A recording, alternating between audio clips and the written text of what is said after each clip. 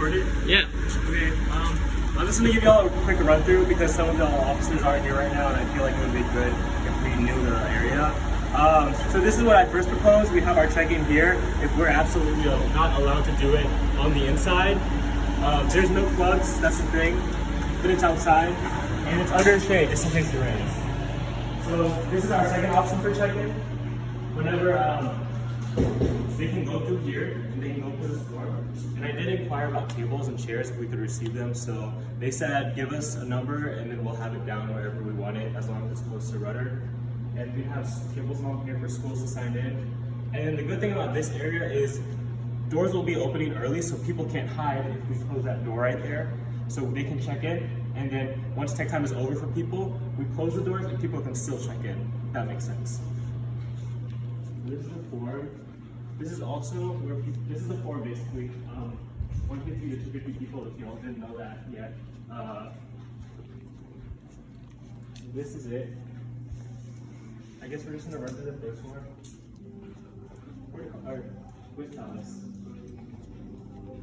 I don't think there's an access to backstage right here. Let me double check. No, there's no access to backstage. Oops. The entrance to the backstage of the theater is over there in that exit sign, if any of us were wondering. So we'll just go walk through the first floor. So after performers check in, I guess they can run through here and then go around and then go to their check time. So maybe tell them to arrive a little earlier. Because if we did check in right over here or into the exhibit hall, it's very easy for people beyond 3 p.m. or beyond when tech time ends to just sneak their way into here, and those are easier to like make sure people don't. Yeah, so when I talked to Jarrett, he told me that what would be happening is this is going to be where people are going to be going in, and he's going to be having boundaries for people to line up and to make sure like they get their bags checked, and we hope to have it open by 3:45 or as early as we can, but the set time is 3:45 now just because we want to get as many people in as possible. And if we do have 1,600 participants going in, that means we'd have to get, or before I say that, check-in or like doors open at 3:45. That's the hard number for participants, and they open for spectators at 4:30. So after that, after participants after 4:30, no one can enter the participant line, and the participant line will go in, and that will finish, and then spectators can come in. And if we have 1,600, 1,500 people, 1,400 people, because Corona, coming in 45 minutes, that means we have to check in 30 people every minute, or 2 people every, or 1 person every 2 seconds. So this is the line right here. Well, he told me he'd be good on that, and we'd have the line split outside, and it would be pretty obvious. I was pretty concerned about that, but he told me like, don't worry, it's gonna be pretty visible, and if we do have any complications, we can contact him later. But yeah, we're not gonna have, I don't propose we have check-in here, but honestly, like feel free to, this is what I had in mind. I just wanna give y'all a tour so that y'all have a general view of what's happening. So yeah, you can speed up because we already know this place. I don't really know what's gonna happen here. I don't really have anything in mind. Maybe this is like dead space where people can meet up. Where's Palace? I don't know what's gonna happen here. Oh, also, I did ask him, or he also told me that there will be security at each door to make sure no one breaks in. And I also asked him to verify it, but we should also ask him later on too, because I'm afraid that people will open doors for their friends on the second floor and on the first floor, which I'm worried about. So this is another dead space. I don't really know what to do right here. How long is the video? It's like almost 5 minutes. Okay. If you didn't know already, I mean, you should know. It's just for people, just in case. So far from what I know, this is the only entrance to backstage that we have. So that's the only thing we can use. So what I'm proposing is that we would tell the performers to come like to make sure that they come, I don't know, like 2 performances before and go around and circle around and like line up right here for it. That's what I had in mind. I don't know. I'm just one person. This is all over the show. I mean, y'all already know that.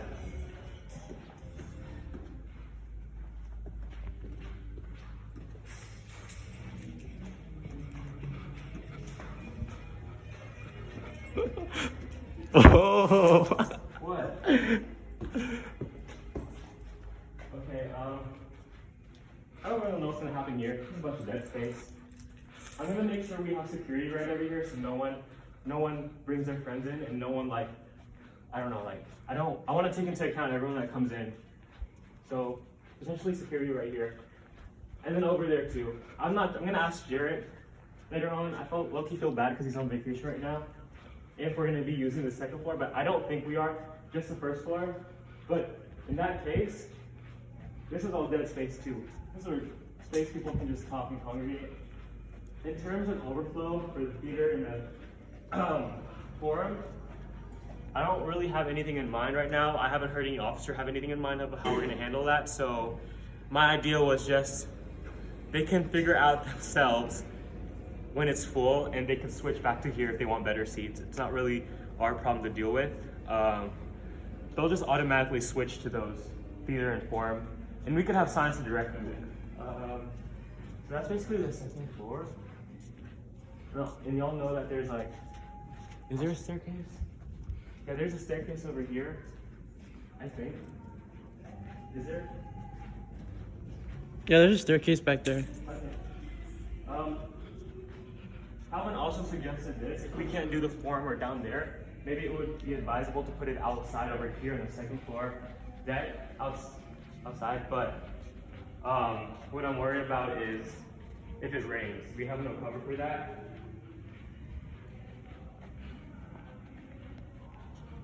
So yeah, this leads back to the first floor.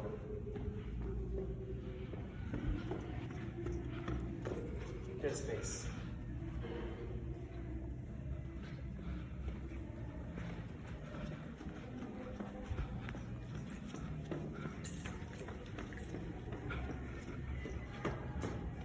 So this is the third floor. Oh, I forgot to mention, that door right there leads to the balcony, and this door right here leads to the high balcony.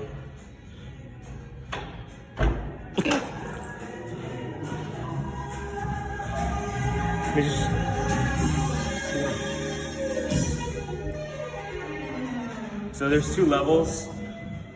The mid second floor to the third floor and then the third floor.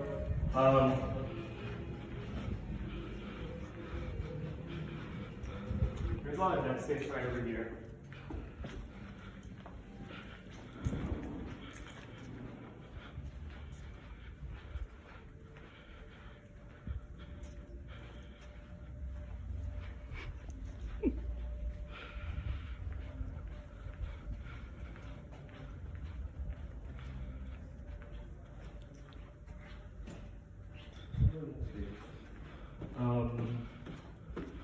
In terms of this, there's only the auditorium again.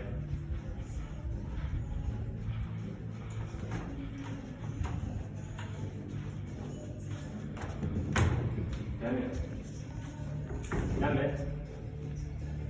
So yeah, if you want to access the second floor auditorium on the stage left, then you have to go over there. Yeah, don't really have much proposed, but if you forgot, our expected time to open is at 3:45 now, just because we want to make sure we get all the participants in on time and we get everything in on time for us to settle down, just to make sure we have our performances ready. Though Jared did tell me his security is going to come at 3, he's going to get them situated, and as soon as they get situated, we can open doors, but the hard deadline for opening doors is 3:45. That's when he estimates it, and he doesn't want anything, he expects nothing later, but he may expect something earlier, if that makes sense. That's just for participants only. There'll be a separate line for that. 4:30 is when we let spectators in, but we let the participant line finish after 4:30 and then spectators get in. So there's no guarantee that spectators will get in at 4:30 if the participant line isn't finished. Participants will have to wait in the back of the spectator line, unfortunately. One thing that I talked to other FSA people about that hosted UTSA, they said that they had to have a small back entrance for some performers that weren't able to get in during that time. I'm pretty sure if we re-emphasize that we want performers to come in before this time, then they'll be able to get in. But just in case, I feel like we should think of a back entrance for the performers, just in case anything terrible happens. In that case, we're a liaison, so we can contact whoever, or they can contact us. I don't know. That's basically it. Am I missing anything, Calvin? I think we're good. I think you covered like check-in, like where they're gonna enter and stuff.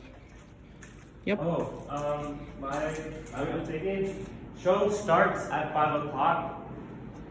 Should we be having the first school? I don't remember the first school. Should we have the first school already prepped up and ready to perform? Because I don't want to rush. Like actually, we should have them seated first, and then let them out, and then we should have someone to reserve their seats. But yeah, that's really all I have. Okay. Nothing much. Just in terms of organizing seats, that too. That's pretty important. My idea I had in mind was for Esong. In the back, we had the seats reserved for people in the back or balcony. We just sectioned it off based on how many people there were, but because we have like 1,500 participants and 2,500 seats, I wanted to proportionalize the amount of seats we have in comparison to the participants in each school. So say we have 100 U of H participants and then there's 2,000 seats, or we have 1,000 participants and there's 2,000 seats. Well, that means there's double for the amount of participants there are. So U of H has 50 participants, that means there'll be 100 seats for them because it's doubled. I want to randomize the seats just so that we don't get judged on who's sitting who, and I feel like it would be good to know where everyone's sitting so we could contact them. But yeah, I don't really have anything else in mind. That's it.